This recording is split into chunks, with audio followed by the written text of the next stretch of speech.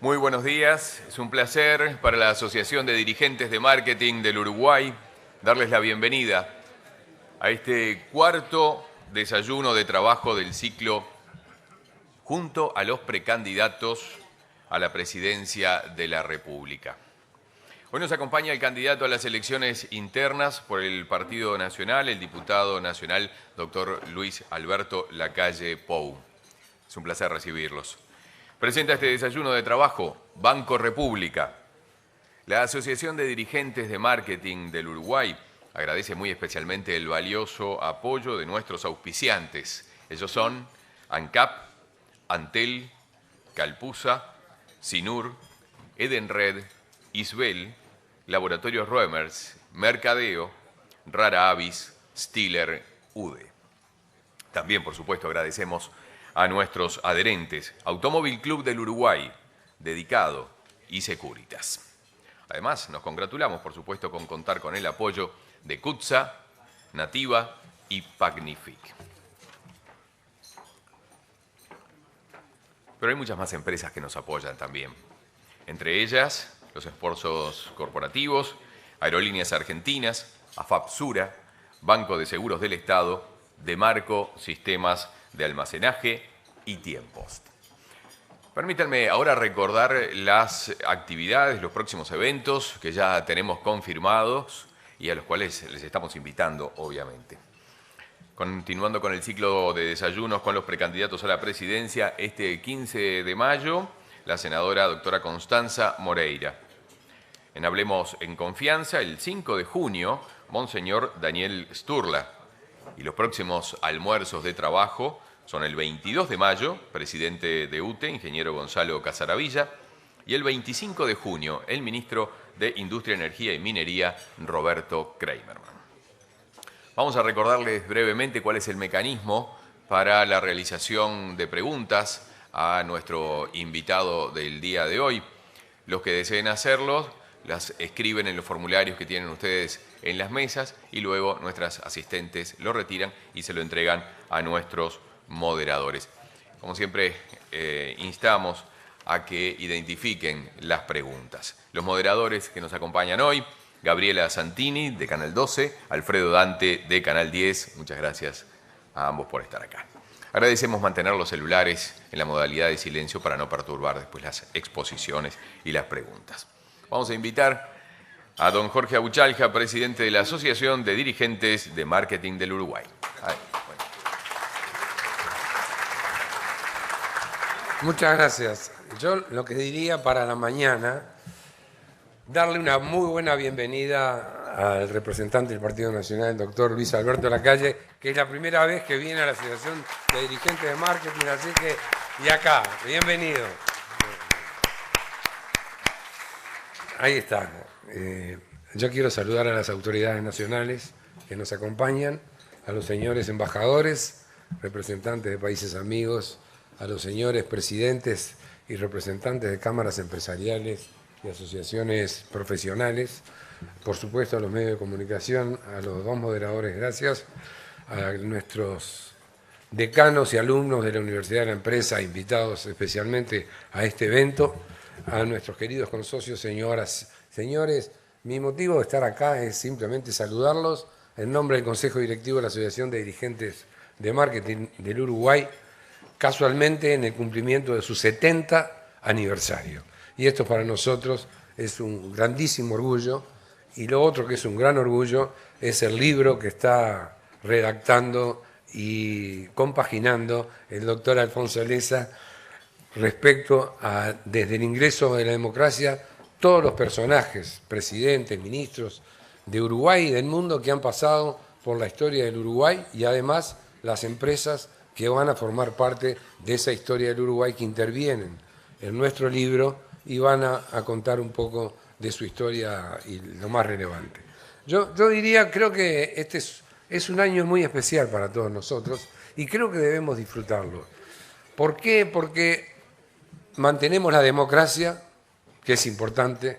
Cada 5 años tenemos la opción de elegir a nuestros representantes y lo más interesante es que tenemos la oportunidad de recibirlos en nuestra casa para saber qué es lo que piensan, qué propuestas tienen y cómo piensan llevar el gobierno adelante. Muchas de esas cosas nosotros las sabemos porque se están difundiendo y divulgando, pero tenerlo en forma directa es diferente. Por lo tanto, agradezco e invito al doctor Luis Alberto Lacalle Pou a presentar su propuesta ante todos nosotros y le damos ahora sí una más cálida bienvenida, testimoniando su presencia.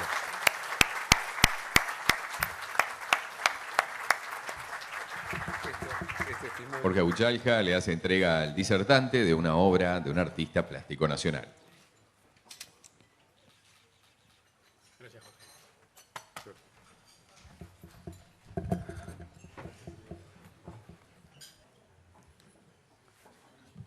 Noticias recientes de los últimos días nos informa al mundo que en el año 2064 aparentemente el ser humano se va a poder teletransportar. Ya desafiando hasta el propio Julio Verne, pasando por series históricas hasta el propio Volver al Futuro, aparentemente, para los que lleguen a esa época, con un botón uno se va a poder teletransportar. Y para que no nos agarre sin preparación, yo los voy a invitar hoy a hacer un breve ejercicio en ese sentido.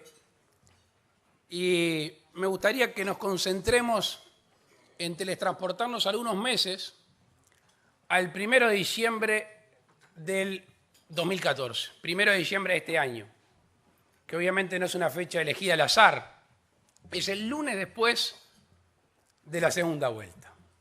Es el lunes después de que el Uruguay sabe quién es el próximo presidente de la República y quién es el gobierno electo.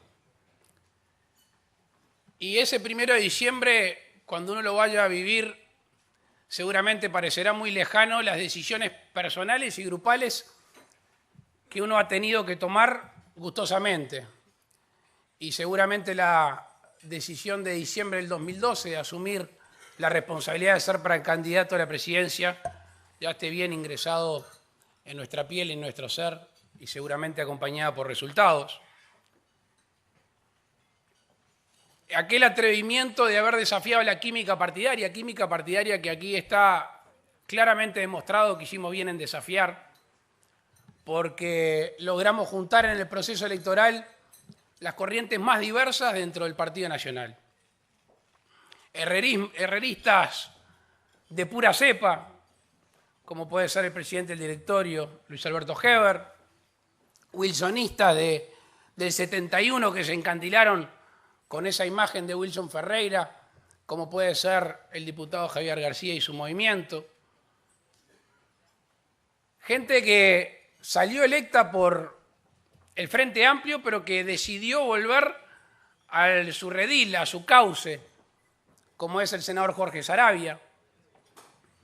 La compañía reciente, y bastantes piropos me costó, del senador Sergio Abrego, cual admiramos su experiencia como gobernante y su conocimiento.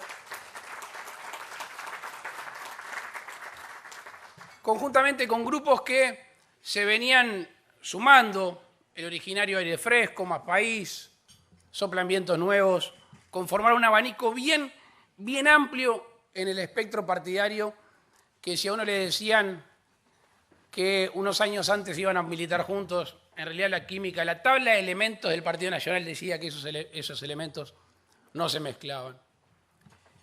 Ya parece lejano también haber caminado hacia el distinto, haber terminado con ese tonto razonamiento de que los buenos están de un lado y los malos del otro, y aquello que parecía traumático hoy parece algo normal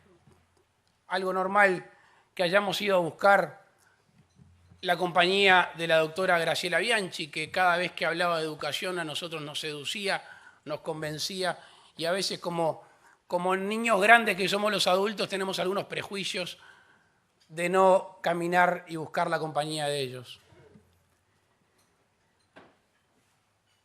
La coherencia en el discurso, haber elegido para la campaña electoral ser raro, ser distinto. No hablamos nunca de los demás, no entramos en una discusión, no confrontamos panfletariamente. Cada vez que alguien decía algo, que ya ni lo recordamos, porque este 1 de diciembre no es para recordar cosas feas, nosotros optamos por dar una idea, por hablar de un programa. Logramos también acercarnos a aquellos que también no comparecen naturalmente en la actividad política, que es la academia, la gente idónea, los preparados. Y este 1 de diciembre podemos decir tranquilamente que hemos aprendido muchísimo de aquellos que se han especializado en algunos temas y nos hacen mejores personas y seguramente nos harán mejores gobernantes. Obviamente que el recuerdo está muy cercano del 1 de junio, la noche del 1 de junio, en la cual el Partido Nacional se abrazó porque tuvo una interna civilizada y de matices más que de diferencias. Ese Partido Nacional que pasa a elegir un vice que es del otro sector mayoritario del Partido Nacional, pero que por primera vez, no sé si por primera vez, pero por lo menos en nuestra mente estaba presente no quién es el mejor candidato a vice, sino quién es el mejor vicepresidente de la República. Nuestras acciones o elecciones no van cómo comparecer ante la gente, que obviamente es importante, sino quién va a poder ejercer ese cargo. No es un telonero, al decir de un espectáculo musical del presidente de la República. Allí tiene que haber una persona de diálogo, con conocimiento jurídico, con conocimiento de la acción parlamentaria. Al decir de los gringos, una especie de whip, que es el que logra los entendimientos que el Poder Ejecutivo le mandata tener el Parlamento para conseguir las mayorías, que va a tener una enorme tarea. En nuestro país, de casi 20.000 textos legales, 7.500 son obsoletos, no se aplican, no se usan. Y nosotros vamos a proceder a una decontaminación legal que nació hace muchos años en la Universidad de la Toscana. Hay 200 leyes en nuestro país que tienen un mandato expreso de reglamentación al Poder Ejecutivo y todavía no lo están. La ley 18.651 es una de ellas, la ley de discapacitado, que el otro día nos enteramos de una reglamentación de los 94 artículos de 2 de ellos. Después de conformar la fórmula, llegamos a la segunda vuelta. Y ahí sucede lo inesperado. Los candidatos se juntan a intercambiar ideas, programas, agendas, de forma civilizada. Antiguamente esto se conocía como debate, pero no queremos usar términos que pueden generar algún tipo de alergia en el resto del electorado. ¿Y saben qué? David le termina ganando a Goliat. Yo sé que si ustedes hubieran apostado en medio del desierto quizás se quedaban sin un peso, pero David le termina ganando a Goliat. Porque hizo una campaña de derribar muros mentales. Mientras que algunos los construían, hablaban de ellos y de nosotros, hubo una fuerza que se atrevió, que tuvo el atrevimiento de caminar hacia el distinto, de abrir los brazos hacia toda la ciudadanía, de no creerse el dueño de la verdad, simplemente decir que tenemos nuestra verdad y que la queremos porque la hemos trabajado y estamos convencidos, pero eso no es obstativo a que otra gente tenga su propio programa y sus propias ideas. Cumplimos con la no confrontación y nos costó, créannos que nos costó, porque estímulos sobraron para hablar de los demás. Y se cumplió aquel sueño que hace 2 años parecía imposible. A mí me enseñaron hace mucho tiempo que una verdad dicha antes de tiempo se convierte a veces en una herejía. Y nosotros hemos optado por ser herejes durante un tiempo para poder trabajar para lograr nuestra verdad. Me imagino un 1 de diciembre que el cuerpo descansó y la cabeza no. Seguramente cuando uno vive esas emociones tan fuertes, la cabeza sigue andando, el ánimo sigue trabajando, esperemos que el cuerpo pueda tener un reposo, porque la mente tiene que estar conectada para empezar a gobernar el 1 de diciembre. Ahí tenemos que proceder a una tarea minuciosa y acabada, porque la gente no puede esperar y nosotros somos conscientes de determinadas urgencias. Y nos tiene que encontrar el 1 de marzo del 2015, el día que empiece el gobierno, con proyectos de ley, resoluciones, actos administrativos, ya tendientes, ya con el motor prendido para poder llevar adelante las medidas necesarias. Me imagino tratando de pegar una corrida para oxigenar el cerebro, un rato con la familia y bueno, ya de tarde un lápiz, un papel, el teléfono y empezar la difícil tarea de conformar el gobierno. Obviamente no hay mayorías absolutas, debe de haber socios en la segunda vuelta, aunque creo que el principal socio no me cabe la menor duda que va a ser la ciudadanía, que va a estar pidiendo un cambio en esa indignación silenciosa, positiva, ciudadana que uno va notando en muchos lugares, que entiende que quizá ha mejorado su nivel económico, pero que siente que el Estado, que el gobierno no le devuelve como debería lo que aporta en impuestos, el bienestar y la prosperidad, que es mucho más que el simple hecho de tener algún peso en el bolsillo. En la elección de ministros, cuando uno empieza a soñar y a pensar en los ministros, claro, rápidamente tenés los 13. Pero uno tiene que negociar con el resto del partido y con los otros sectores para conformar mayorías. Y ahí es que el vicepresidente de nuevo se convierte en una persona importante. Y tener claro que el funcionamiento de un gobierno hay dos formas. Primero, para mí, la eficaz y la eficiente, y la otra es la que termina siendo una especie de terapia grupal, que es el constante Consejo de Ministros. En realidad, el presidente que quiera estar atrás, que quiera remangarse, que quiera gestionar, es el que funciona en acuerdo con el otro ministro, con el de Industria, con el de Trabajo, con el de Relaciones Exteriores, y el Consejo de Ministros termina siendo una armonización de todas las políticas llevadas adelante. Pero cuando se pone a laburar, cuando se trabaja, es casi que siendo una pesadilla para cada ministro de cada cartera que siente que tiene al presidente de la República arriba para que haga las cosas que al fin y al cabo le ha encargado de esa cartera. Delegar atribuciones es muy difícil. Constantemente en nuestra tarea nos vemos sujetos a delegar atribuciones y a veces hacemos las cosas porque queremos que sucedan. Y es un acto de desprendimiento y de responsabilidad poder delegar atribuciones.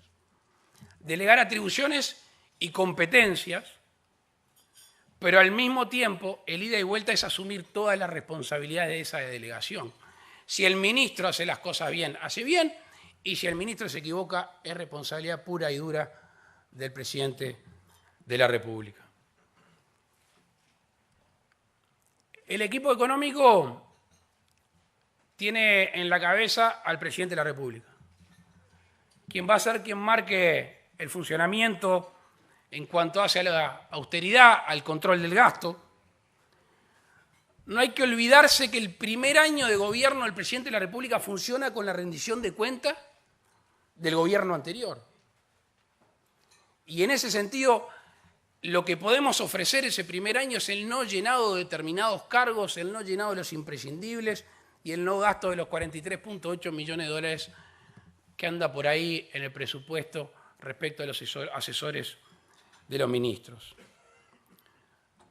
Tratar de actuar sobre las causas de la inflación, ir pensando cómo actuar sobre las causas de la inflación, que tienen que tener obviamente un juego de memoria entre el Banco Central, el Ministerio de Economía y Finanzas y el Ministerio de Trabajo y Seguridad Social. Si el país sigue creciendo, y ojalá que así sea, ese 1 de diciembre, que el gasto del Estado ceda, que existan políticas anticíclicas y que el privado siga siendo quien genera empleo, quien genera bienestar económico y que no sea ese gasto público el que termina encareciendo, al fin y al cabo, al que tiene que hacer andar el país, que son todos y cada uno de ustedes. Tenemos por allí en las agendas, tienen un volante con la web, que en el primer año, si nosotros somos medianamente prolijos, sin empezar a hablar de gestión, con simples recortes de asesorías, de imprescindibles, de suministros y algún otro recurso, podríamos estar ahorrando entre 400 y 500 millones de dólares. Obviamente tenemos otra fuente de financiamiento, si mantenemos la misma pauta salarial en un 24%, 25% y mantenemos un endeudamiento al 3-4% de crecimiento, podríamos tener 700 millones de dólares más para poder utilizarlos en muchos planes que en nuestras agendas de gobierno también están ahí. Tranquilidad y firmeza en la política monetaria, que no esté sujeta a sustos.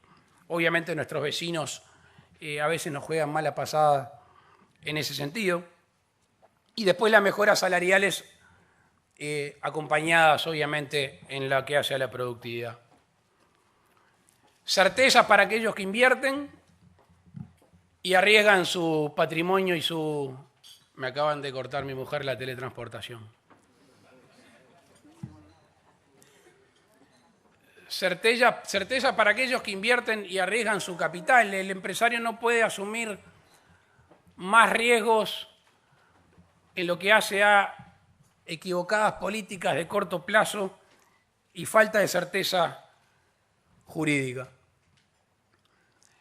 Hemos dicho más de una vez que la educación es el pilar de nuestro gobierno y cuando nos preguntan tradicionalmente cuál va a ser el ministro de Economía, nosotros decimos que en realidad nuestro ministro más importante es el ministro de Educación y fue el ministro que adelantamos, que está aquí con nosotros, el doctor Pablo da Silveira, que luego de varios mates y de condiciones, porque lo que me gustó que cuando ante el ofrecimiento de este cargo él puso condiciones, con lo cual me hizo pensar y convencerme de que ya estaba pensando en cómo gobernar la educación de nuestro país. Allí va a haber un cambio fundamental.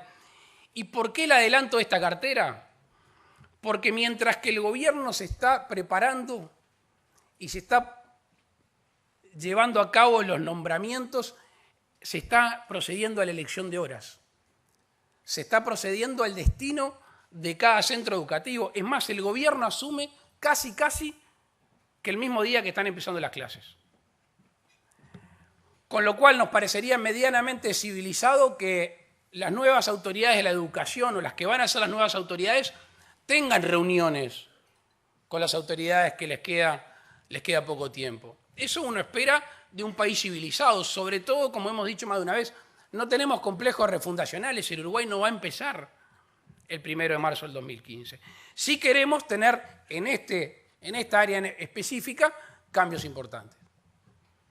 Primero, que el ministro de Educación y Cultura va a estar a cargo de la educación de nuestro país. Y este es un cambio no menor. El mismo 1 de diciembre vamos a estar redactando la ley que modifica las autoridades de la educación.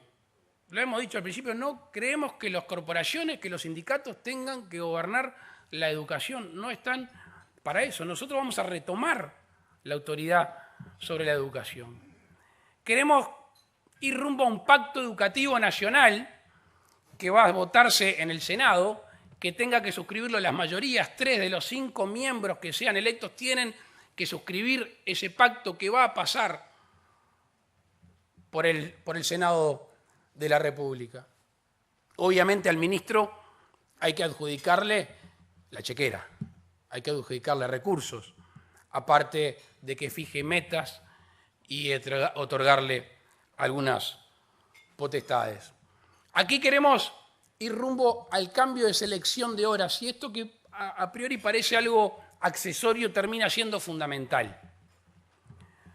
Los docentes muchas veces saltan de centro educativo a centro educativo para tener que llenar su horario, las horas otorgadas. ¿Y eso qué inhibe de tener una comunidad educativa en una escuela o en un liceo donde muchas veces los chiquilines que llegan no llegan con esos primeros 100 pasos de civilización o educación en sus casas. Entonces a la maestra le metemos 40 chiquilines, 40 computadoras y todavía tiene que estar mirando el reloj a ver a qué hora se tiene que tomar el ómnibus para la próxima escuela que tiene que llenar su horario. Una comunidad educativa está hecha de gente que conoce a sus profesores y que conoce a sus alumnos.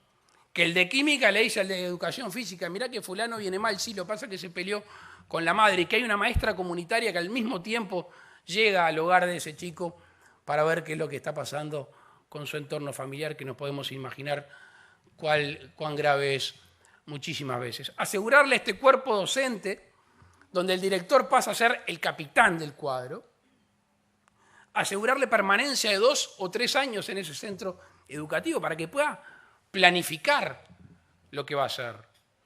Y después la asignación de recursos por centro educativo cumpliendo determinadas metas. Lamentablemente, la política actual es decir que no se pueden conocer los resultados de cada centro educativo porque es estigmatizar.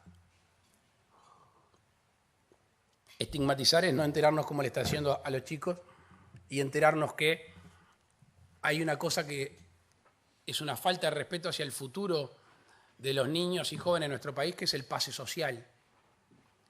Que es saber que un chico no aprendió absolutamente nada de lo que tenía que aprender, pero yo tengo que llenar una gráfica y una estadística, entonces le voy a hacer una guiñada y lo voy a pasar de año. Nosotros vamos a cortar de plano con el pase social. Sabemos que es traumático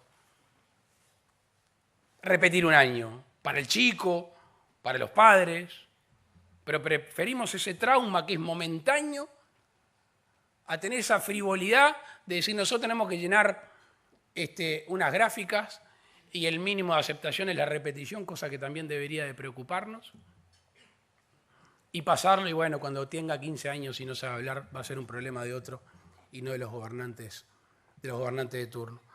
Anda por allí inclusive la idea de que no existan más los abanderados. O sea que aquellos registros de excelencia, de querer ser el mejor, de querer ser abanderado, es hacer la plancha y tratar de no repetir, y aparte si estás ahí en la cuerda floja nosotros te vamos a dar un empujoncito. Tenemos que finalmente destrabar la universidad de la educación, tenemos que llegar a negociaciones en ese sentido. Tenemos que trabajar muchísimo sobre la educación a distancia, muchísimo. Quizás está en nuestro propio ADN que para ir a estudiar hay que trasladarse a un centro educativo. Y está bien porque uno ahí entiende cómo relacionarse con los profesores, maestros, con el resto de los alumnos. Pero hay que ir, por ejemplo, a la Escuela Agraria de Minas de Corrales, que es la escuela agraria que más ha crecido en los últimos años, duplicó la cantidad de alumnos, que están una semana en el centro educativo y la otra semana están en sus casas. Y están en sus casas no haciendo nada. ¿No será que ahí ese chiquilín tiene que seguir en su casa, en su establecimiento, estudiando con profesores uruguayos y el resto del mundo que estén educándose a distancia? Yo me acuerdo un día fui con el diputado, ahora intendente Enciso, a Cardal, que es la ciudad de la lechería, y veníamos caminando por una carpa, había unas vacas solando enormes y atrás se veía un reflejo, y había una chiquita con la túnica al lado de un fardo, sentada en un fardo, y me miró y me dijo, ¿sabés cuánto cuesta la leche AAA en Nueva Zelanda? Dijo, acá está el futuro. La producción más básica, la ganadería, con el intelecto, el conocimiento, ese moderno chicotazo que fijaba los precios en la radio, bueno, allí los chicos mismos van a saber los precios, van a saber cuándo comercializar mejor y cómo se hace para producir mejor en Australia, Nueva Zelanda o en cualquier lugar del mundo. Tenemos que fortalecer la formación docente. Hay por allí una planificación de que entre 80 y 110 docentes de nuestro país puedan ir a hacer posgrados al mejor lugar del mundo, obviamente que se comprenda el idioma, para hacer posgrados de formación docente. Es un salto cualitativo impresionante. Y según nuestros números, está lejos de ser muy oneroso. Obviamente no se va a beneficiar nuestro gobierno, porque los posgrados, como poco, son de 3 años, y si no, de 5 años, pero alguien lo tiene que empezar a hacer. Fortalecer las asambleas técnico-docentes, porque decir que queremos las corporaciones en el gobierno no significa que no querramos mejores profesores, al revés, pero en su rol, tecnificándolos con trabajo en red, también con cursos a distancia. Con respecto a la seguridad pública, ahí ya va a ser un mes que conocimos el resultado del referéndum sobre la baja de la imputabilidad. Se sabe que nosotros nos manifestamos a favor, que tuvimos un abordaje integral y no solo desde el punto de vista patológico. Ya es 1 de diciembre del 2014, nadie recuerda enero del 2011 en La Paloma cuando presentamos un documento sobre la edad de la capacidad, donde allí discutíamos no solo la posibilidad de ser punible, sino la posibilidad de tener derechos. Yo soy un partidario que un chiquilín si abandonó, o si al mismo tiempo está estudiando y tiene 16 años, que perfectamente pueda trabajar. No le ha hecho mal a nadie el trabajo, y si es que se cree que se va a abandonar los estudios, que no se tiene la facilidad o la posibilidad que pueda, con su intelecto y con sus destrezas, ponerse a trabajar. Y el diputado José Carlos Cardoso ha presentado un proyecto de ley constitucional al respecto que nosotros firmamos, otorgándoles derechos. Al mismo tiempo, muchos de nosotros hemos presentado hace mucho tiempo proyecto de ley en lo que hace a la modificación del Código del Niño. El primero de ellos, el 26 de febrero del 2006, modificación del artículo 222 del Código del Niño, y hasta el momento pasando por algo que no es nuevo, que en 1986 lo presentó Dardo Ortiz, que es la inimputabilidad relativa, que es al fin y al cabo lo que se votó en octubre del 2014. Ahí tendremos la nueva estructura legal que obliga a ciudadanos y a gobernantes. Estaremos también fortaleciendo a la policía. La noticia es que Uruguay tiene más policías per cápita que toda América, pero los ejemplos que más llaman la atención es México y Chile, ¿no? Claro, muchas veces no te resisten un test de Cooper, o la gran mayoría, o no tienen prácticas de tiro, o no se les ha enseñado nuevos protocolos de acción. El episodio que todos vimos en el correo de Pocitos, ahí hubo mucho arrojo, mucha decisión y escasa técnica o protocolo. Al fin y al cabo, lo que nosotros tenemos que es devolverle la confianza a la policía, tener un ministro que quiera a la policía y que no viva su vida desconfiando de la policía, como es el ministro actual, que no conoce y no la quiere y por ende no la sabe mandar. Yo no digo que no haya que fortalecer asuntos internos, porque si hay un policía que actúa fuera de la ley y la moral, ese es el primero que tenemos que correr para fortalecer a la propia policía, pero no podemos vivir en una casa de bruja constante a ver dónde se equivocan. Se desmanteló Radio Patrulla, se minimizó la acción de la policía comunitaria. Vamos a ir por la positiva. Vamos a devolverle acción a la policía comunitaria. Vamos a volver a que Radio Patrulla sea una de rápida respuesta. Vamos a devolverle a las comisarías su rol. La regionalización de la policía le ha sacado importancia a la comisaría, o no van y no pueden conseguir ni la denuncia a veces. El comisario es el primer agente barrial que desarrolla los planes de seguridad. Al mismo tiempo tiene que tener la libertad de a su cuerpo policial, los que están bajo su jerarquía, de que los procedimientos estén bajo su mando. Y nosotros ahí tenemos que derogar el régimen de 8 horas, que es absurdo para la acción policial. A veces se pasan 10, 12, 14, 15 horas en un procedimiento, con tiroteo incluido, y después se le da franco al otro día, obviamente por el nivel de cansancio físico y anímico de esa persona. Tenemos que recuperar el CAIMA, que es el taller mecánico de la policía. Aquel episodio famoso de la seccional 14, donde injustamente al comisario Martínez se lo separa del cargo porque no había vehículos. Es cierto, la seccional 14 tiene 19, 18 son de acción policial, estaban todos en talleres mecánicos, todos. Todos en talleres mecánicos privados. ¿Por qué? Porque se cerró el CAIMA. ¿Por qué se cerró el CAIMA? Porque había irregularidades. ¿Qué era lo que había que hacer? Tratar de solucionar las irregularidades y que se concentre los arreglos de los vehículos lo más rápido posible.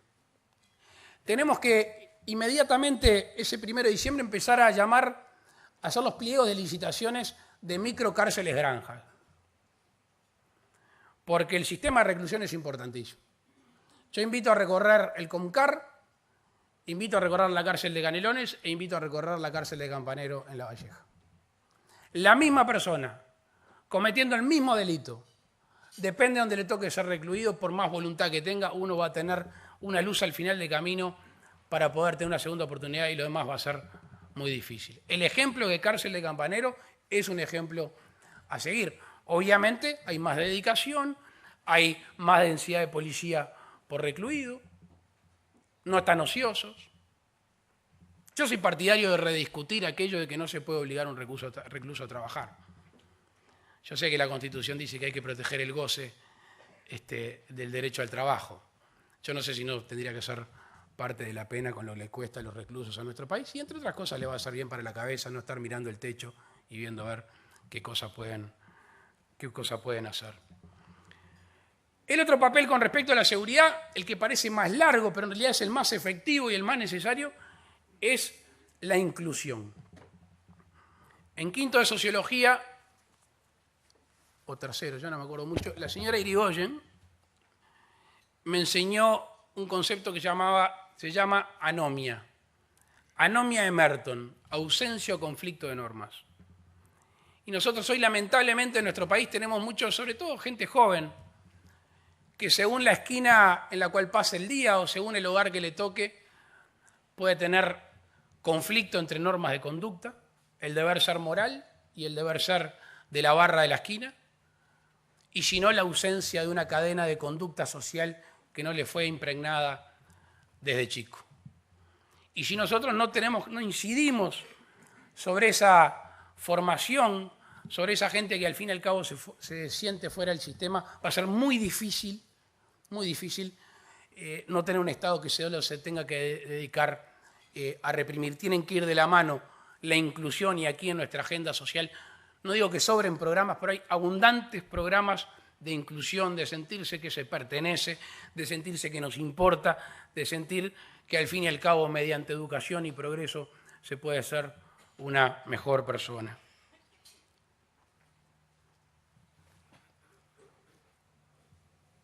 Me veo en la obligación de opinar sobre algunos temas que han estado en discusión en estos días, creo que aquí en este mismo foro. Mi compañero y competidor circunstancial, Jorge Larrañaga, habló de los temas de seguridad. Obviamente ahí tenemos un matiz con Jorge, que es el tema de la baja de la imputabilidad. Jorge no la apoya, nosotros sí. Y también tenemos otro que es la utilización de las Fuerzas Armadas.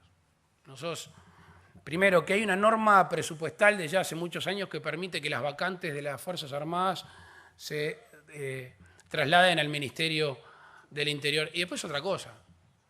El entrenamiento, el armamento y las hipótesis de conflicto con las cuales trabajan los militares son hipótesis de guerra, son hipótesis de conflicto en la cual no nos parece que las ciudades de nuestro país ni los pueblos de nuestro país tengan que parecerse a una guerra. Ya bastante problemas tenemos como para agregarle una institución que se dedica a otra manera. ¿Por qué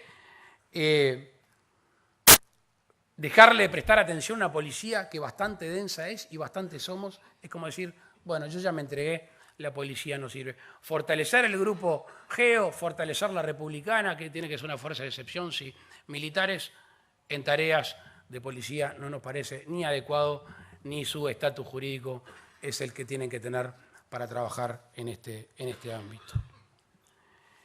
El otro programa con el cual hemos hecho bastante hincapié y que nos han dado como quien lava y no tuerce, es el asentamiento cero, que fue pobre vilipendiado antes de nacer, cuando se nos ocurrió hablar de este tema. Pero no es que esto sea una ilusión. Cuando uno anda por Montevideo, Canelones y otros lugares del país, enseguida nota que a pesar de la bonanza económica estos últimos 10 años, cada vez más hay más uruguayos viviendo en asentamientos. O sea que se ha estirado la sociedad.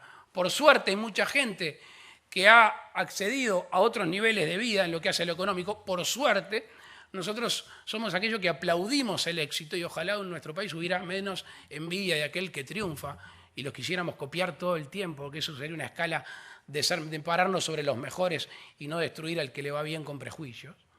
Pero también, lamentablemente, muchos compatriotas han quedado colgados al final de la cola. Y aquí le tenemos que decir claramente que vamos a poner tiempo, afecto y recursos para que esos más de 200.000 uruguayos que hoy viven de alguna manera en condiciones indignas puedan tener una posibilidad. Que obviamente va a estar el Estado, pero aquí no se le pretende regalar nada absolutamente a nadie, porque si hay una cultura que nosotros queremos descartar de plano es la dádiva y el regalo, porque entre otras cosas no se valora, no se aprecia y no se vive ese sacrificio que al fin y al cabo es el que todos nos mueve de alguna manera. El músculo más importante del cuerpo que no aparece en la fisonomía es la voluntad y sobre aquella es la que tenemos que trabajar. ¿Cuesta plata el asentamiento serio? Por supuesto que cuesta plata. Y ahí hay una decisión de aplicación de recursos. ¿Cómo se va a solucionar? Lo primero, nunca hablamos de 5 años, hablamos de 10 años. Y eso es la noción de una continuidad de un proceso que algunos nosotros vamos a agarrar del gobierno del Frente Amplio y los continuaremos y los mejoraremos, otros los cambiaremos y pretendemos que el próximo gobierno, que sea mejor que el nuestro, también continúe con algunos planes. El abordaje de este tema es multicausal, porque es multicausal lo que termina haciendo que uruguayos vivan en asentamientos. Desde aquel que tiene los pesos para pagar un alquiler, pero estaba solo en el mundo y no tiene garantías, ni reales, ni familiares, ni bancarias,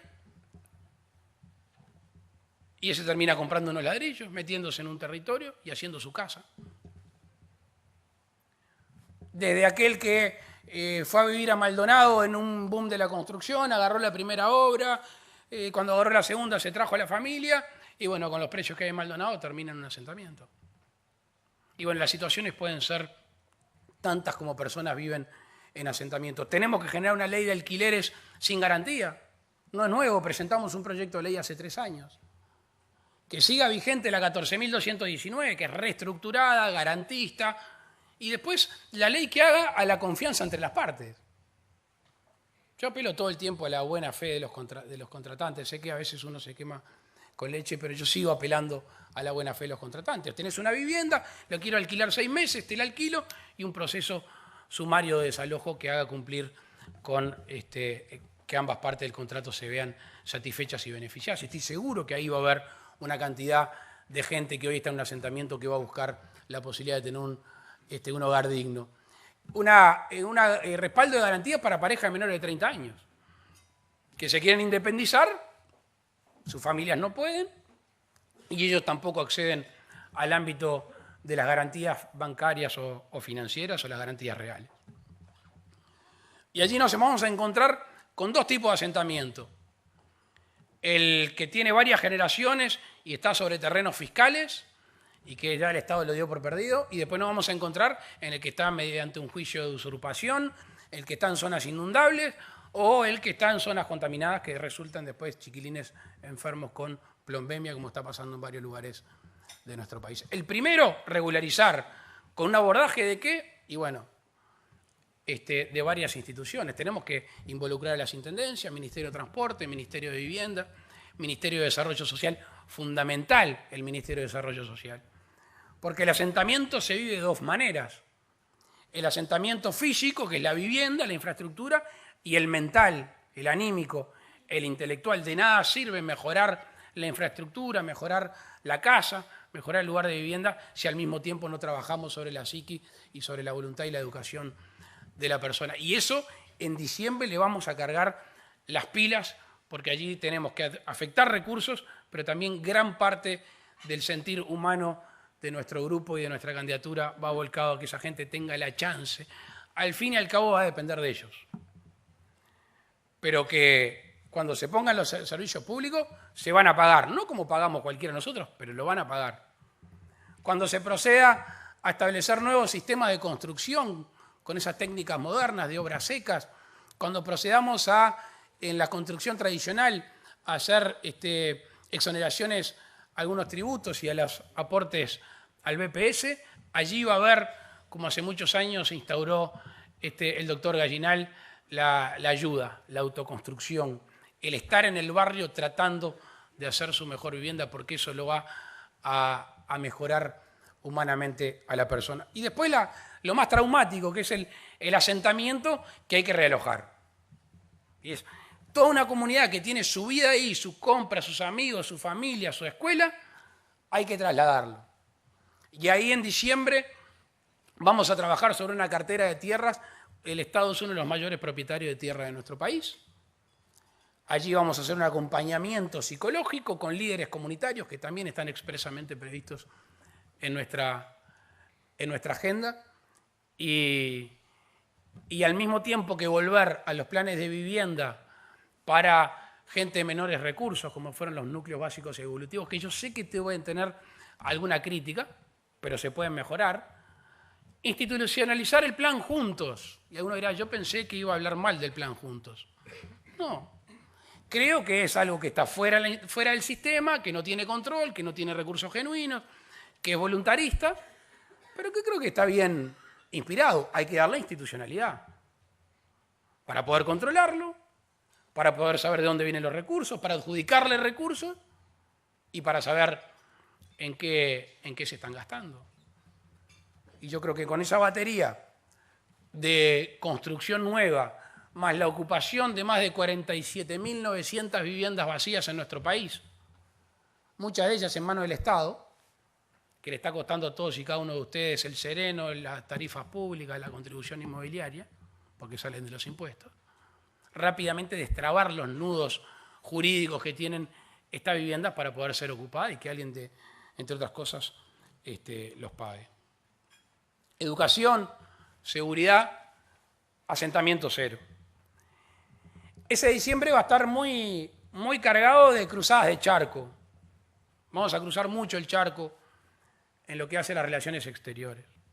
Yo estoy convencido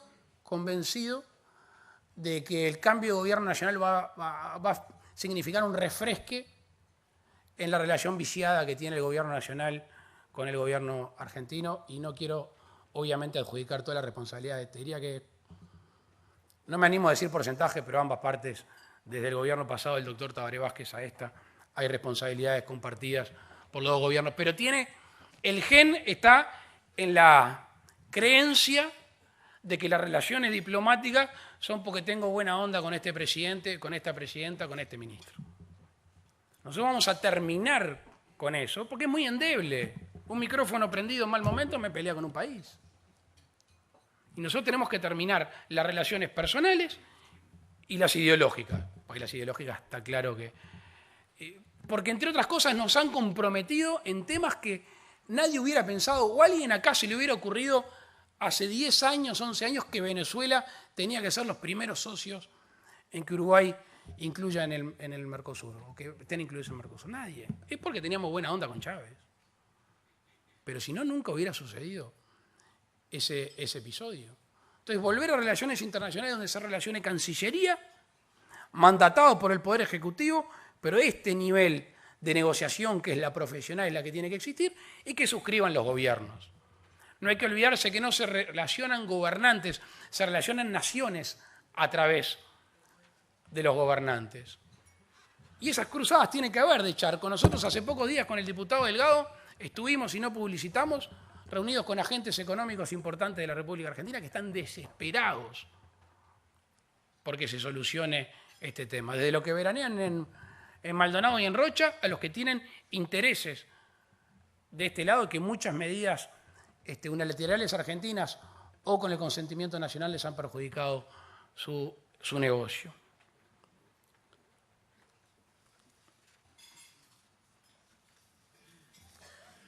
Tenemos que convocar, el propio diciembre, tenemos que convocar algo que yo no sé si dará resultado, pero no nos queremos quedar con las ganas. Que es a todos los partidos políticos, a los actores sociales, empresariales, a trazar una estrategia nacional en lo que hace a la política exterior. No nos queremos quedar con las ganas, porque en realidad venimos pataleando hace tiempo que las relaciones internacionales están llevando menos de la mitad o casi la mitad de la población que se siente representada por el Frente Amplio y el resto estamos quedando ausentes en ese sentido. Y los vamos a convocar. Al mismo tiempo, y esto a mí me estimula muchísimo porque es reunirnos de gente muy inteligente y que tenga visión larga, que genera una unidad de análisis prospectivo, para que esté leyendo el mundo, para que esté viendo lo que pasa. La última vez que estuve acá escuché a Enrique Iglesias. Una semana antes de eso me había regalado 1 hora y media de un almuerzo con él. Claro, me desparramó el globo terráqueo arriba de la mesa. De las preocupaciones de Asia, de la reedición de la relación de Estados Unidos con la Unión Europea, de los acuerdos de Estados Unidos con el Pacífico americano. Y nosotros mientras acá en este rincón del mundo viéndola pasar. Bueno, esa gente, no digo el caso de Enrique, pero gente que esté avesada, que entienda qué es lo que está pasando en el mundo, tiene que irnos avisando unos pasos adelante, qué es lo que se viene, y en ese sentido, en relaciones tan vertiginosas, en esta poligamia comercial, nosotros tenemos que estar siempre atentos a estas políticas internacionales que tienen que tener un fortísimo anclaje en el comercio exterior. Tenemos que volver a una profesionalización de Cancillería. Menos embajadores políticos, más embajadores de carrera, no hacer que salten o pasen por la puerta del costado gente que todavía en la carrera de funcionarios no se merece ese crecimiento. Algún día sabremos qué han hecho los embajadores itinerantes. Yo hice un pedido de informe, todavía tengo ganas de saber bien. Obviamente que reducir al mínimo los embajadores itinerantes. Y si llega a quedar alguno, que quizá tengamos que tener alguno, que nos digan qué van a hacer, cómo lo van a hacer, y que informen constantemente, y que no sea al fin y al cabo un premio consuelo para gente que tiene pasaporte oficial y que no sabemos qué es lo que está haciendo por el mundo. Tenemos que preparar la designación de la Dirección General de Integración en el Mercosur. Porque apenas esté constituido el gobierno, apenas el 1 de marzo, tenemos que convocar una reunión del Consejo del Mercado Común. Tenemos que juntarnos. Basta de bilateralidades o de que Brasil dijo esto, Argentina, no, vamos a sentarnos en una mesa. Tenemos muchas cosas para discutir, muchísimas cosas para discutir. Primero, el acuerdo con la Unión Europea. Hay que decir que Uruguay está haciendo las cosas que hay que hacer. No es por Uruguay que las cosas se han retrasado. Argentina está medio remolón en este sentido. Quizá haya que llegar a un acuerdo con un Mercosur imperfecto con la Unión Europea. Estamos en un momento único. Han caído subsidios en la Unión Europea. Nuestros productores hortifrutícolas históricamente le han querido vender a Europa, porque entre otras cosas producimos bien y producimos a contraciclo. Y del momento que han caído los subsidios a los campesinos, creo que es un momento único para que Uruguay pueda entrar con nuestros muy buenos productos en el mundo. Tenemos que trabajar sobre la integración vial y energética. Uruguay ha hecho alguna cosa con Brasil. Esas columnas de alta tensión que vemos por ahí, bueno, ha comenzado en ese sentido. Tenemos que seguir en ese sentido. Cadenas integradas de producción, que ahora está de moda escucharlo, pero realmente cuando lo llevas a los hechos no tenemos ejemplos notorios en ese sentido. Tenemos que trabajar sobre el grado de libertad de los socios en lo que hace acuerdos con otros países. Está aquí en nuestra agenda de gobierno rediscutir la decisión 32 del 2000, que es la que inhibe a los socios establecer relaciones bilaterales, llámele TLCs, con otros países del mundo. Si son socios, si son amigos, si son hermanos, uno parte de la base que quiere nuestro progreso. Y si quiere nuestro progreso, tenemos que avanzar en ese sentido. Los embajadores de la CARU y de la CARP son vitales. Son 2 de los 3 delanteros que tenemos que tener en las relaciones con la Argentina. Y tienen que ser de dedicación exclusiva, no puede ser funcionarios de Cancillería que aparte están en la CARU y en la CARP. Y voy a hacer un paréntesis en la teletransportación. Quiero traerlos de nuevo al día de hoy. Según tenemos información, agentes públicos y privados, la Argentina está iniciando ya ahora un nuevo canal de acceso a sus aguas y va a dejar abandonado el canal del Indio, con lo cual se alejan de nuestras costas. Eso a priori significa un perjuicio, pero también significa una enorme posibilidad, porque Argentina tiene que ir a hablar eso en la CARP, tiene que hablar de ese tema en la CARP. Y en ese sentido, Uruguay no queremos que caiga como lo viene haciendo el 2006, que tolera y no pide, tolera y no pide, y sobran ejemplos al respecto. Acuerdo multilateral de cargas, dragado de puertos sobre el río Uruguay, etcétera, etcétera, en que Uruguay no supo estar ahí para reclamar. Y ese riesgo que es el abandono del canal del Indio, nosotros tenemos que ir a negociar ya el dragado del puerto de Montevideo a 14 metros. Vamos a sentarnos a decir, ustedes van a generar otro canal de acceso, nosotros queremos dragar el canal del puerto de Montevideo a 14 metros. Lo mismo que el canal de acceso al puerto. Lo mismo que el canal Martín García, la misma profundidad que el Mitre. Tenemos que dragar el acceso y el puerto de Nueva Palmira. Un barco con 11 metros sale a los panzazos con 40.000 toneladas. Y si hoy tenemos en Nueva Palmira barcos que todavía tienen capacidad ociosa de 20.000 toneladas, cada 3 barcos podríamos estar sacando 2. En lo que hace abaratamiento del flete, un menor tiempo de espera y más frecuencia para poder cargar más.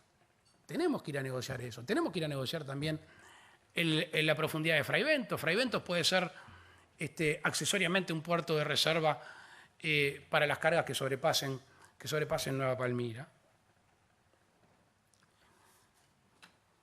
Con respecto a la infraestructura, el mes de diciembre íbamos a estar llamando a licitación para la compra de una draga para los trabajos chicos, y vamos a estar haciendo un pliego por una licitación internacional para el dragado de trabajos grandes, y el puerto de Montevideo a 14 metros. Esa licitación, esa actitud se repaga en 3 años con la operatividad del puerto. Tenemos que hacer un plan estratégico de infraestructura vial 2015-2020, que obviamente no se agota en el 2020. Ese es el plan estratégico de ejecución, pero pensando más allá. Si tuviéramos una cabecita como la de Giannatasio, que no sé cómo hizo para ocurrírsele que tendría que trazar algunas rutas transversales cuando Uruguay tenía como centro, como núcleo, Montevideo. La 12, la 14, una las mira ahora y era obvio. No era obvio porque no había producción en ese sentido. Nosotros hoy podemos tener la capacidad de prever hasta 10 años antes cuáles son las rutas que se van a recargar. Se planta un monte acá y una planta de celulosa acá y un aserradero acá.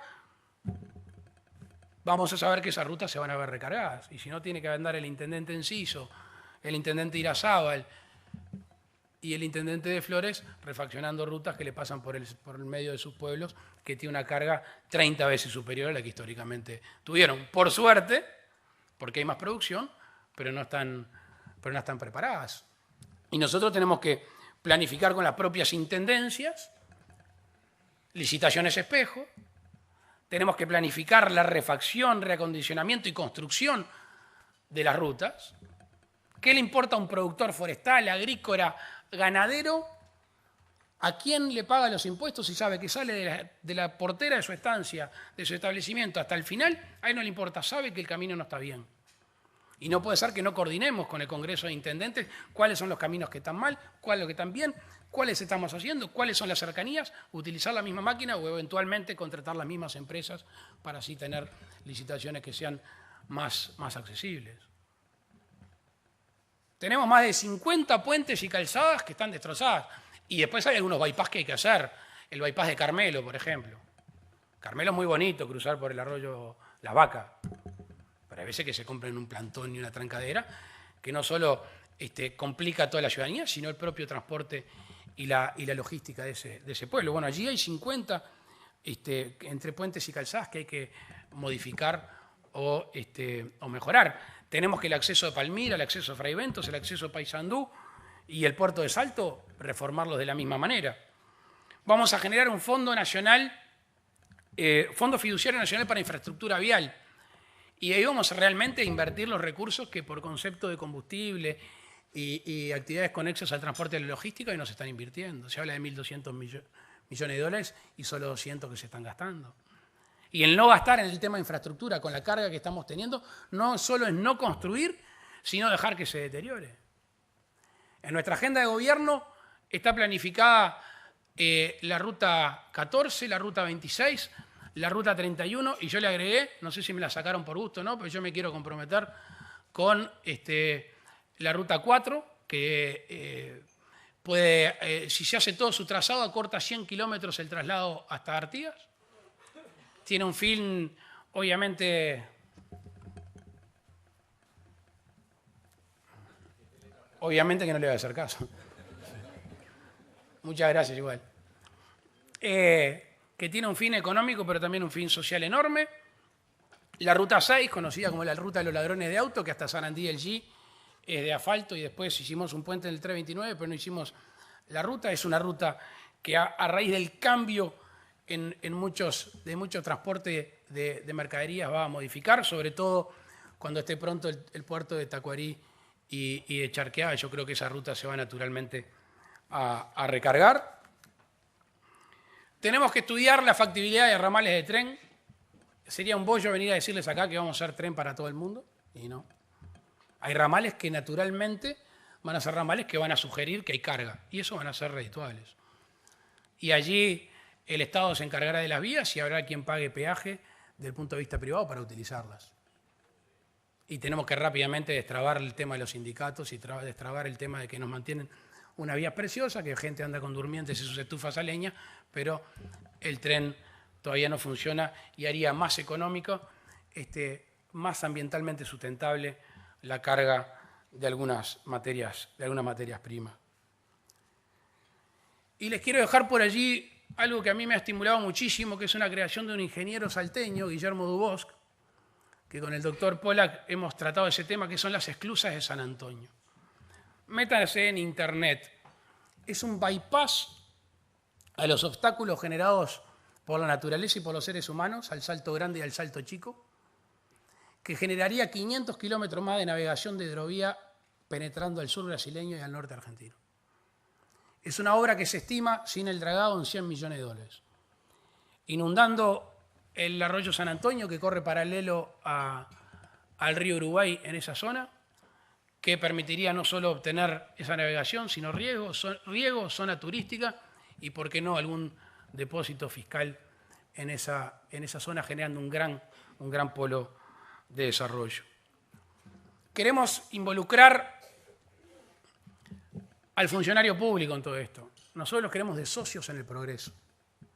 Esa antinomia público-privado. Obviamente entendemos que el que mueve el país es el privado, pero nosotros tenemos que estar, y entre otras cosas para eso pagamos el sueldo, para facilitarle las cosas. Y el funcionario público lo queremos tener de socio, mejorándolo.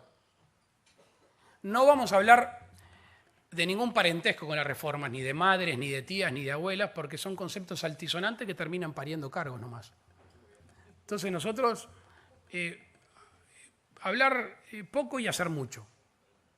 Eso para nosotros va a ser una máxima de nuestro gobierno. Así que la posibilidad de la eliminación de duplicación de competencias, hablábamos de dragado, por ejemplo, hablamos de comercio exterior.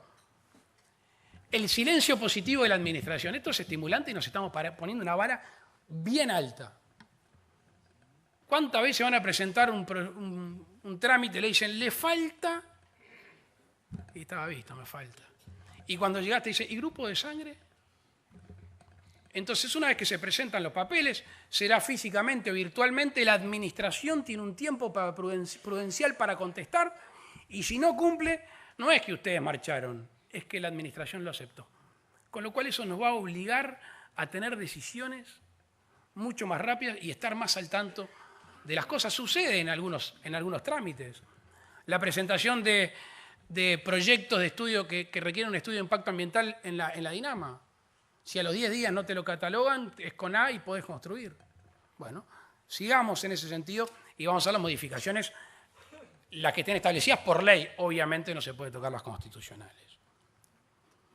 Vamos a descentralizar la URSEA y la URSEC, que han quedado subsumidas en las políticas partidarias o en los intereses del gobierno de turno. Le vamos a dar una institucionalidad tipo ente autónomo a servicio descentralizado, va a generar más independencia en la gestión, más transparencia y más neutralidad política, que es muy importante. Vamos a tener una agencia de compra del Estado. Ustedes me dirán que ya existe, es cierto, pero se sigue diversificando, que tenga una informatización común, que sea única y que no conviva con otras. Y después queremos una carrera administrativa horizontal. ¿Qué es esto? Que el tipo que es funcionario del correo y hay un cargo jerárquico en el Banco Central o en el Ministerio de Economía, si se tiene fe, que compita. Que haga el curso que proveerá la Oficina Nacional de Servicio Civil y que compita. Va a ser la mejor forma de que el hombre no se sienta que no puede. Igual yo acá, para crecer necesito yerba y paciencia. No, queremos estimular a que quieran crecer, que quieran ganar más, que sean productivos y al fin y al cabo va a ayudar al desarrollo de nuestro país. Dice 5 minutos o 50 me quedan acá. Y bueno, ahora sí, ahora casi voy a empezar a ser medio telegráfico y les pido disculpas.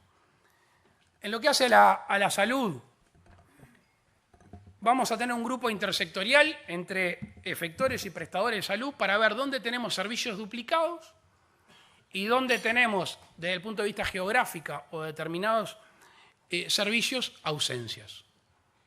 Porque al fin y al cabo, y lo voy a tratar de hacer más corto, lo que queremos es un sistema nacional integrado de salud. Y que no haya un sistema público y un sistema privado que a veces dupliquen o que a veces estén ausentes, depende del punto geográfico de nuestro país o de la especialidad necesaria. Tenemos que estudiar las cápitas, ¿no? Hemos hablado con prestadores de salud y nos hablan de las cápitas una y otra vez, lo que significa los servicios que se están prestando y lo que se está obteniendo al respecto en lo que hace a los desalineamientos de financiamiento en el FONASA. Tenemos que tener el logro de metas asistenciales y tiene que haber un equipo controlando que se cumpla la ley. No estamos hablando de nada extraño, que se cumpla la ley. ¿O cuánto tiempo pasan para conseguir un especialista? Y la mayoría de los que estamos acá, quizá estamos en el sistema privado. Vayan a preguntarle al sistema público. Con una clara injusticia, que a los privados los controlan y a los públicos no. O sea que los que tienen menos recursos no los estamos controlando, con lo cual estamos aceptando que tengan una peor salud. Y todavía nos enteramos hace 3 semanas que han sacado de las metas a los adultos mayores. Si hay una población endeble en nuestro país son los recién nacidos y los adultos mayores. No pueden ser que queden por fuera las metas más importantes de nuestra salud. Vamos a construir el Hospital del Cerro, es un compromiso, lo tenemos acá.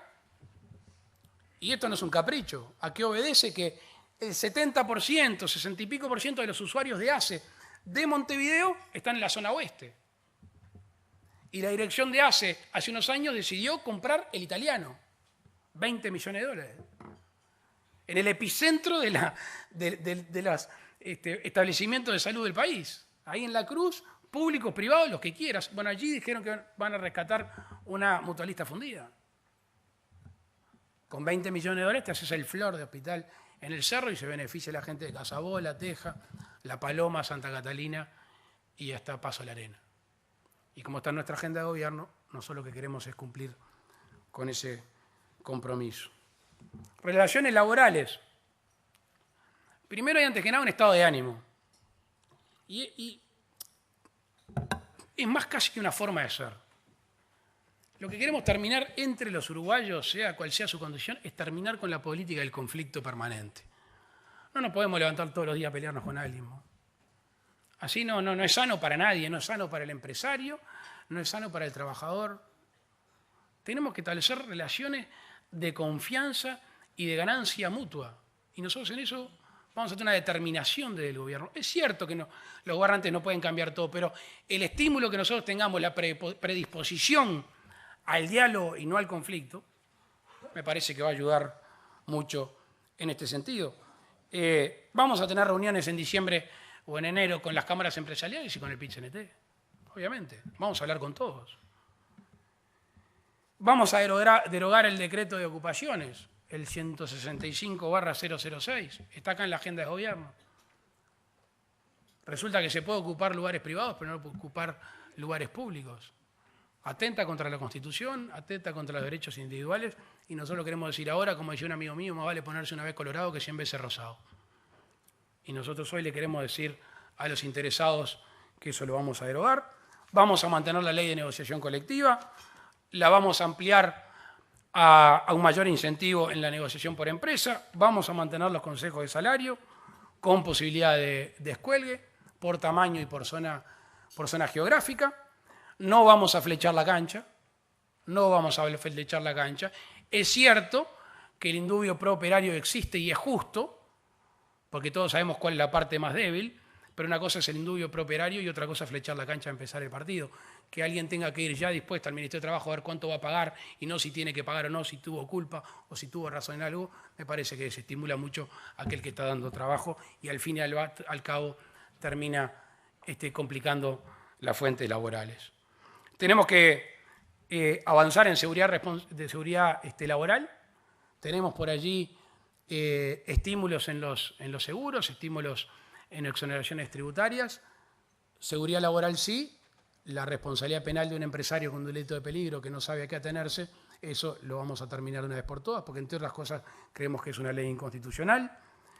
Queremos incluir la productividad en los acuerdos laborales. En lo que hace a la industria, la palabra competitividad, que muchas veces hacemos gárgaras, pero no nos dedicamos, sobre todo en lo que hace al sector exportador, que a veces se ve en franca desigualdad, en lo que hace a las tarifas, en lo que hace a los combustibles, rebaja de los aportes patronales o los sectores manufactureros,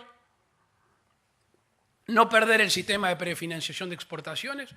Creemos en la coexistencia de la prefinanciación y la devolución de impuestos. El gobierno está tendiendo a querer que sea el final de la operativa y no solo el principio. Creemos en los dos. Vamos a tratar de que en las compras del Estado el origen nacional pese y sobre todo en las pequeñas y medianas empresas que tanto sacrificio hacen y no tienen capacidad financiera. Mantener el régimen de admisión temporaria, proponer la autogestión de la energía con la posibilidad de energía eléctrica, partiendo de la comercialización por privados, venta y compra entre ellos, utilizando la red de la UTE. En lo que hace a la energía, cumplir con el acuerdo multipartidario, acelerando los procesos de energías renovables, rediscutir la carga impositiva y el rediseño de las tarifas de los combustibles y de la energía eléctrica. La fórmula es energías renovables más la necesaria potencia firme. Tenemos que acompañar la reconversión. Todos sabemos que la regasificadora va a generar un surplus de determinado combustible y tenemos que hacer procesos para que las flotas de transporte, algún ingenio industrial utilice ese combustible que nos va a sobrar. No queremos a la UTE como un jugador de primer nivel. Hace poco tiempo con el diputado Delgado íbamos a la UTE y nos contaba el presidente que iba a participar fuertemente en las licitaciones o en los procesos de energía eólica. Cuando había suficientes privados que querían incidir en ese sentido, me parece que el rol se está desvirtuando. Con respecto al turismo, es el gran exportador de mano de obra, más de 90.000 personas trabajan en ese sentido. Aquí el costo país está haciendo un daño enorme, porque cuando uno analiza los turistas argentinos, no es que hayan salido menos de Argentina, vinieron menos para Uruguay. Salieron los mismos argentinos, pero fueron más a Brasil y a Miami y no a Uruguay. Y eso se debe no porque no quieran nuestro país, sino simplemente que es mucho más barato participar en un turismo en otros lugares. Tenemos que trabajar con fórmulas nuevas de turismo. Todos sabemos lo que fue esta temporada con 15, 20 días de lluvia, gente abandonando sus hoteles, abandonando sus casas. Tenemos que trabajar sobre el turismo de conferencias. Gasta 3 veces más que los cruceristas, más de 500 horas al día. Con respecto al deporte, en realidad, les quiero mencionar una cosa que excede al deporte. Con el intendente Castaindebat, hace un tiempo fuimos a Inglaterra. Tuvimos 4 días en Inglaterra, 3 en Inglaterra y 2 en España, a ver el modelo inglés, el milagro inglés de los hooligans. Yo siempre digo, si en 1988 un político, llamémosle Mr. The Street, iba en Inglaterra y decía que iba a terminar con la inseguridad en el fútbol, era tratado de loco. ¿Qué existió de esos tipos que mataban? Había 200 muertos en el 88. Destruían estadios, habían dejado a Inglaterra fuera de la UEFA, a los clubes ingleses. No tenían documentos, bueno, tipos rapiñaban, destrozaban. Entonces, ¿qué sucedió entre ese momento y ahora? Primero, concientización. Segundo, leyes flexibles de cumplimiento rígido y no leyes rígidas de cumplimiento flexible. Sanciones que duelan, no aplicadas por los clubes, que se miran y dicen, si vos me perdonás de la del otro día, yo te perdono aquella. El poder sancionatorio tiene que estar necesariamente en manos del Estado. Yo sueño, en este diciembre que estamos preparando el gobierno, sueño que en el 2020 voy a poder ver un jugador sin tejido enfrente. Y yo estoy convencido que se puede. Pero ese viaje, sobre todo, ¿saben qué? Fue un viaje contra el no se puede. Un viaje contra el obstáculo como freno y no tratar de sobrepasar ese obstáculo. Nos pasó hace 3 días en la Corte Electoral. Gente con determinada discapacidad se la juega a participar de las elecciones, quiere incidir en las elecciones, quiere que los gobernantes tengamos presente su situación y no quieren de afuera, quieren meterse. Bueno, presentar una lista con braille, escrita y con braille. ¿Qué hubiera esperado uno de las autoridades electorales?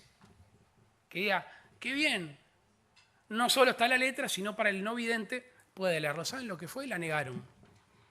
Ese es el país del no se puede. Yo me imaginé que iba a existir el país de la inclusión, el país de ir para adelante, el país de transgredir positivamente, que iba a aceptar esta lista. Bueno, vamos a terminar el ejercicio de teletransportación. Empezamos a volver para atrás. Voy a hacer una pequeñísima escala, ustedes me la van a perdonar, es obviamente interesada. Quiero frenar el 1 de junio. Quiero que vayan a votar y que voten bien.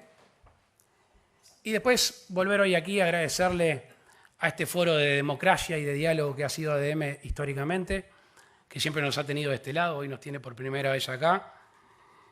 Volvimos, estamos aquí y ahora sí los invito a todos a avanzar hacia adelante. Muchísimas gracias.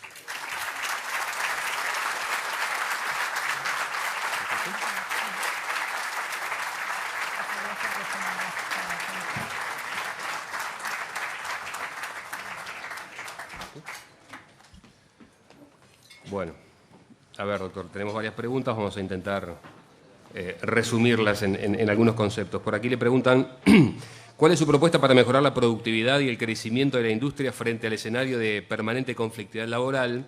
Y a propósito, ato con otra que dice, ¿cómo imagina la relación con el PIT-CNT, teniendo en cuenta, entre otras cosas, que ha anunciado, a propósito de la educación, que no va a haber más representantes de los trabajadores allí, y, por ejemplo, lo que acaba de señalar ahora, la derogación del decreto de la ocupación de las empresas? Yo lo que pasa es que creo que la norma no es lo que está sucediendo ahora. La norma es la coparticipación en el gobierno. En realidad eso es lo que se ha desvirtuado. El PIT-CNT ha funcionado como una cantera de gobernantes, ¿no? Si hoy vemos que hay muchos gobernantes del Frente Amplio que se han formado en las inferiores del PIT-CNT. Y esa formación, que uno entiende que es legítima, yo no la estoy contradiciendo, pero es legítima, después terminan siendo gobernantes, con lo cual tiene una visión de que el sindicato pasa a ser gobierno. Y eso no va a suceder. Entonces, vamos a tener diálogo con todo el mundo, pero, o sea, dialogar, ¿qué significa? Conceder lo que está expresamente previsto por ley. Yo no estoy dispuesto. Porque la utilización discrecional del ordenamiento jurídico termina perjudicando al más débil. Y yo eso no lo quiero. La Constitución, la ley y las tareas que me asigna la Constitución. Porque desde que era estudiante de Derecho, me enseñaron que ejercer la autoridad es un poder-deber. O sea que no es un derecho el ejercicio de la autoridad, es un derecho-obligación. Y autoridad que no se ejerce se pierde. Y no estamos dispuestos a O sea, si nos votan a nosotros, no vamos a compartir el gobierno con nadie que esté por fuera de las estructuras institucionales previstas en la Constitución y la ley. ¿Eso significa que no vamos a dialogar? No, al revés. Tenemos aquí presente gente que tiene muy buena relación con los sindicatos. Pero tener buena relación no significa concesiones que no se puedan dar. Y obviamente la competitividad y la productividad están atadas. Una parte en lo que hace al costo de producción, de industrialización, que allí hablamos del tema de las tarifas y los combustibles, y tenemos que atar los salarios a la productividad. Porque si un emprendimiento empieza a tener pérdidas o su ciclo o su mercadería no se vende o su ciclo económico no está bien, es ilógico que se siga aumentando una pauta salarial. Como también es ilógico que si ese emprendimiento le está yendo bárbaro, los funcionarios sigan ganando menos.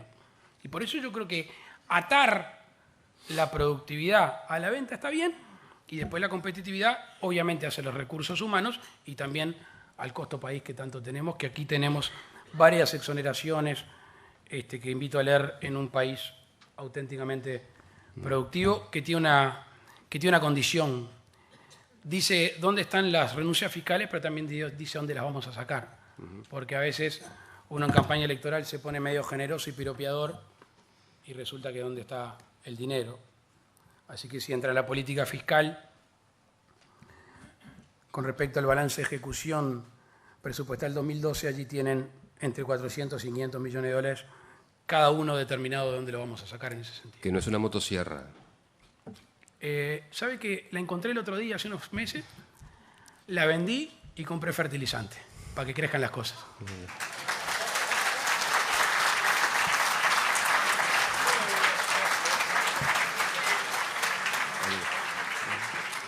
Bueno, la siguiente pregunta que viene de la audiencia tiene que ver... Esa pregunta es tuya, esa no vino.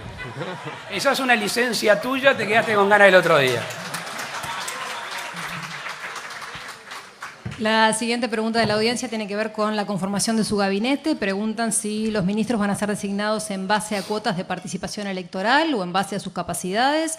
También preguntan si va a existir participación de otros partidos políticos. Y le agrego una última. Usted ya anunció quién iba a ser su ministro de Educación. El tema de seguridad es otra de las grandes preocupaciones de los uruguayos. Me gustaría saber si tiene un nombre para esa cartera. Nombres tengo para todo el mundo. Pero lo que pasa es que uno tiene que ser respetuoso, porque la realidad no es como uno quiere, sino lo que canta en las urnas, entre otras cosas. O sea, que va a tener en cuenta la participación electoral. Sí, por supuesto. La realidad es así. Lo que voy a tener es derecho a veto. O sea, las cuotas políticas van a estar, pero tampoco uno va a tener en un consejo de ministros gente que no confíe y que no le parezca idónea. Porque al fin y al cabo, la cara es la mía. Entonces... cuota política sí, cualquiera no, porque yo dije más temprano en toda esta teletransportación de que iba a delegar atribuciones, pero que iba a asumir todas las responsabilidades. Si yo nombro a alguien en quien no confío, ya de por sí estoy diciendo que va a tener que asumir responsabilidades que no quiero. Con respecto a la seguridad, sí, obviamente uno va pensando en nombres, pero yo soy muy cuidadoso de la intimidad de la gente, no me gusta aparte de tirar nombres así. Lo de Pablo fue muy conversado y aparte le pedí permiso para hacerlo y fue condicionado. Y el nombramiento del ministro de Educación, entre otras cosas, tiene porque hay que anticiparse, por lo que yo decía, de los tiempos que van corriendo, de asunción de un gobierno y el año electivo que comienza. Si me pongo a usar más nombres, ya entraría dentro de lo que no me va a sentir tranquilo, y la paz en esto es fundamental. Sucede que hay mucha gente que efectivamente se le transportó y le está pidiendo ministros en áreas clave, como economía, relaciones exteriores e interior. En la vida hay algo que es importantísimo para mí. Yo todas mis relaciones las trato de llevar adelante así. Y me gustaría que primero que me crean, que es muy importante. Si no me creen, ni lean las agendas de gobierno, porque si no me creen. Y después que confíen.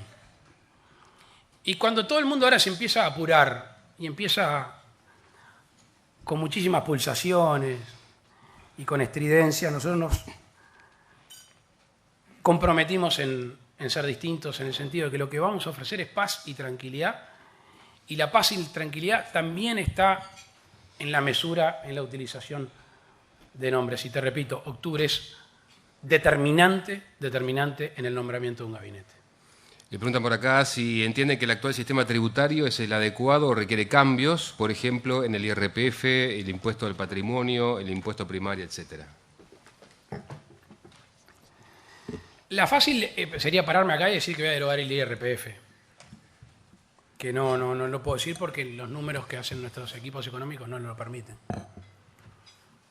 Tenemos aquí expresamente previsto deducciones al IRPF, elevar algunas franjas, llevar alícuotas del 10 al 5%, estímulos para la gente que de alguna manera educa mejor a sus hijos, lo manda a un club, un idioma o temas de salud que puedan ser motivo de exoneración en ese sentido.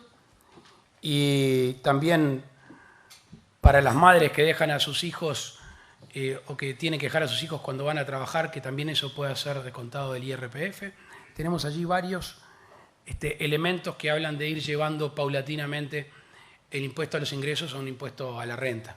Ampliar las deducciones, no subir el monto mínimo. Las dos cosas, de 5 a 10, de 10 a 5, bajar la alícuota. Usted comenzó su discurso hablando del 1 de diciembre del 2014. ¿Me permites un minuto? Sí. Pues en realidad, antes de hablar, hay como una patología nacional de que siempre hablamos de impuestos y después hablamos de gastos.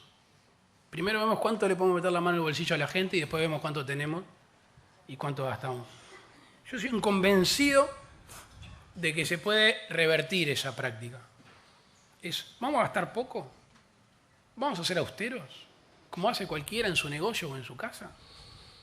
Y después vemos dónde podemos reducir tributos. A mí me tocó una sola vez usar una chequera pública, que fue cuando fui presidente de la Cámara de Diputados. Obviamente el presupuesto es distinto, ayer me lo mandé pedir, son 1.000 millones de pesos. Y dije, para mí se puede ahorrar. Bajamos 58% de los viajes de presidencia, 56% de los viáticos. Mandé vender las botellas de plástico que se tiraban o alguien se las llevaba, el papel. A partir del 23 de agosto del 2011 no hay más papel en los trámites internos de la Cámara de Diputados. Y terminé y ahorramos $2,5 millones. Fue la primera vez en la historia que devolvimos a rentas generales $2,5 millones, 49.070.000 pesos.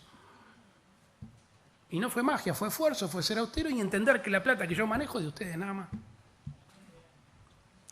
Le decía recién que usted comenzó su discurso hablando o ubicándose en el 1 de diciembre del 2014, pero ¿qué pasará el 1 de junio? Ayer se conocieron los últimos datos de la encuesta de Cifra que le dan a Larrañaga 51% y a usted 41%. ¿Qué lectura hace de esos datos? Y la que venimos haciendo de todas las encuestas que venimos mirando, que yo le creo al 90% de las encuestas. Esta es una de esas, no la voy a descalificar.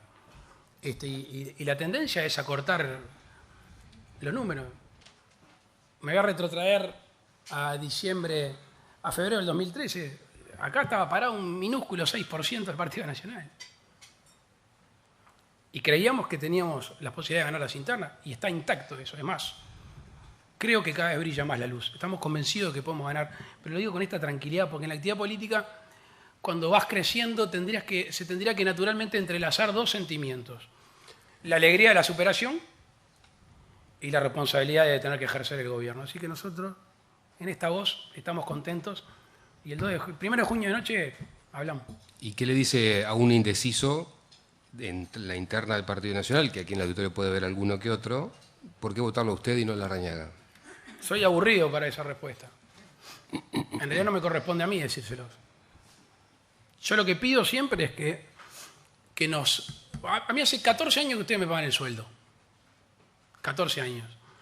Y les voy a tirar un poquito la oreja. Me siento muy poco controlado. Estoy seguro que si ustedes piensan, ¿y qué proyecto presentó la calle Pou? Capaz que se acuerdan alguno. ¿Y qué hizo? ¿Y qué votó en tal momento? ¿Interpeló a algún ministro? ¿Qué posición? Bueno, uno a veces se siente poco controlado. Y nosotros necesitamos del control popular para ser mejores. Y que no nos midan que no nos midan a todos iguales. Entonces lo que pido es que se fijen qué hicimos estos 14 años, en qué trabajamos, cuáles fueron nuestros intereses, nuestras sensibilidades, que miren qué estamos proponiendo, si somos coherentes, si nos acercamos o nos alejamos a un gobierno según el proceso electoral, si gritamos más o hablamos más suavecitos por un proceso electoral, o si fuimos raros y estamos locos de la vida con haber sido raros, que marcamos una línea desde hace 1 año y medio, vamos a ir exactamente la misma línea hasta el día del balotaje, que es ser coherente, porque si yo vengo hoy con un discurso, vuelvo a rumbo a octubre y después vuelvo y les cambio 2 veces el discurso, por lo menos 2 veces les mentí. Si hacen eso y después al gobernante lo miran a los ojos, con eso que es la emoción, que al fin y al cabo es lo que las grandes decisiones de la vida están basadas en la emoción, que va 1.6 veces más rápida que la razón, y ahí no se van a equivocar, si me votan y si no me votan. Volviendo al tema de la interna del Partido Nacional, una de las diferencias que tiene con el otro precandidato, con Jorge Larrañaga, es que usted no quiere militares en tareas de la policía. En ese mismo podio, la semana anterior, Larrañaga dijo que la prefectura es policía en la costa y que la labor que realizan militares uruguayos en misiones de paz tiene mucho más que ver con proteger a la población civil que con tareas de confrontación o de guerra. Reitero, es otra el entrenamiento, es otra las armas. Los militares estudian con .223 bala trazadora, la bala más chica. Son otros los procedimientos de acción, son otras las hipótesis de conflicto. Y aparte es de evaluar la policía. Tenemos suficiente policía, que la tenemos ociosa, que la tenemos que preparar. ¿Por qué si tenemos un grupo grande allá, tenemos que mirar para acá, que entre otras cosas hacen otra tarea? Y yo no quiero que en mi país, ya bastante problema tenemos en la calle como para que se convierta en una guerra. Doctor, me piden brevedad, le voy a hacer 2 muy cortitas. La primera, usted habló del Plan Estratégico de Infraestructuras 2015-2020 recién. Hizo mención al ferrocarril. Le preguntan si le va a dar el visto bueno Mujica para que acuerde directamente con los chinos. Y le piden que dé algún detalle de cómo piensa instrumentar la posibilidad de que los presos efectivamente trabajen. La última, existe ya una ley que se llamó Humanización del Sistema Carcelario, que brilló por su ausencia, que establece la redacción de la pena por estudio y por trabajo. Sí. Ahí hay que trabajar fuertemente. Yo estando en el CONCAR, reunido con el sindicato hace 3 años, se me vino a quejar un recluso, casi todos se quejaron, pero se me vino a quejar uno y me dijo que no dejaban estudiar porque eran analfabetos. Justo el que tenía que dejar estudiar. Y fui a las quintas ahí y la verdad que no era suficiente para el trabajo de todos los reclusos que hay. Y las cárceles granjas, más el trabajo, yo creo que eso va a funcionar. Y la primera parte era... La de los chinos, si le va a dar el visto bueno a Mujica para que contrate directamente con los chinos en el ferrocarril. Por respeto a la investidura de José Mujica, que es nuestro presidente de la República, no es el que yo hubiera querido ni me hubiera imaginado. Yo creo que el presidente nunca se dio cuenta que estaba en ejercicio, que nunca se hizo cargo. Pareció mucho más alguien acodado en un boliche conversando. ¿En toda la administración, dice? Ahí venía una coma.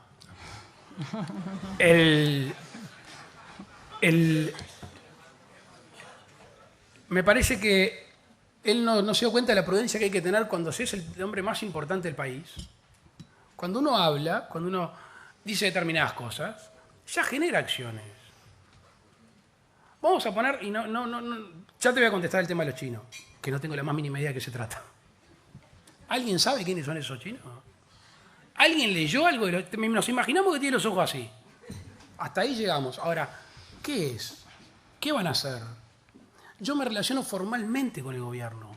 En un gobierno en serio tiene que ir el ministro de Transporte y Obras Públicas con el presidente de AFE a la Comisión de Transporte de la Cámara de Diputados y Senado. A mí me gustaría que vayan las 2 comisiones integradas y que nos cuente qué es lo que quiere hacer. Ojalá que algún día los gobernantes nos juzguen 90% por lo que hacemos y 10% por lo que hablamos. Porque ahí la verdad que la vara sería otra. Pero te iba a poner el ejemplo, Puerto Aguas Profundas.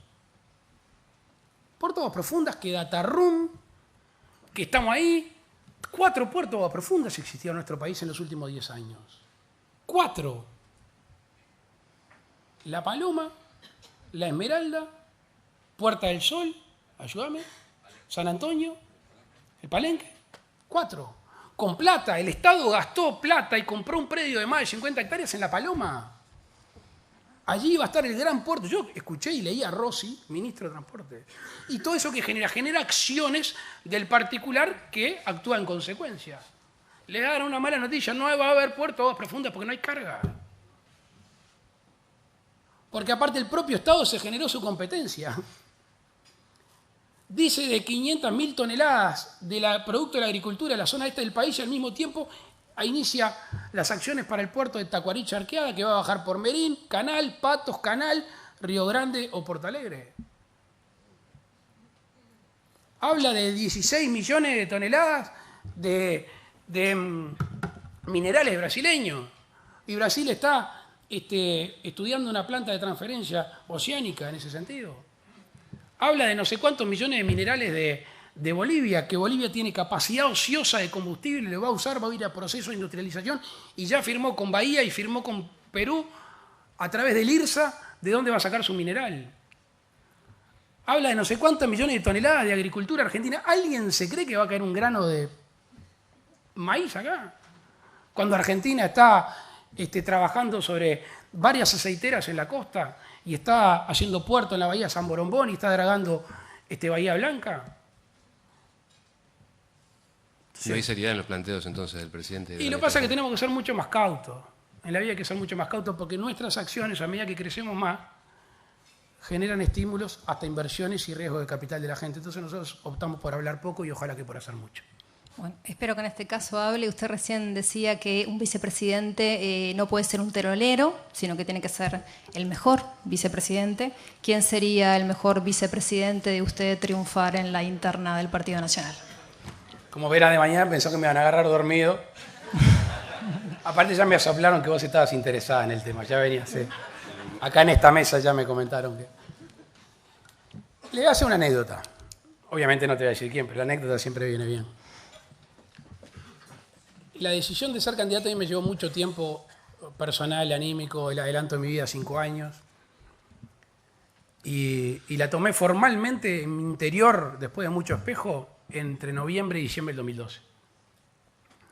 Pero en abril del 2012 me junté con una persona que yo quiero mucho y le dije, mira, para mí va a pasar esto. A mí me gusta dibujar. Y bueno, cuando le terminé, hablamos 47 minutos, fue la primera vez que con mi padre hablé 43 yo. Y sí, no, porque si le dejaba hablar no estaba acá. Y cuando termino, llegamos a la conclusión, o yo llegué a la conclusión, ya tenía esa conclusión, de que quizá había que adelantar los tiempos, pero no estaba la decisión de las entrañas tomada. Y como uno sueña, y enseguida tiene esa ansiedad, y dice, bueno, ¿y el vice? Y me mira y me dice, ya sé quién es. Digo, no me lo digas. Es fulano tal, exactamente. O sea que en abril del 2012, mucho antes de decidirme, yo ya tenía un nombre pensado, que es el que en esta teletransportación el 1 de diciembre va a estar conmigo ayudando a construir el gobierno. Así que ya habló con él. ¿Qué? Así que ya habló Todavía con no. él. Muchas gracias.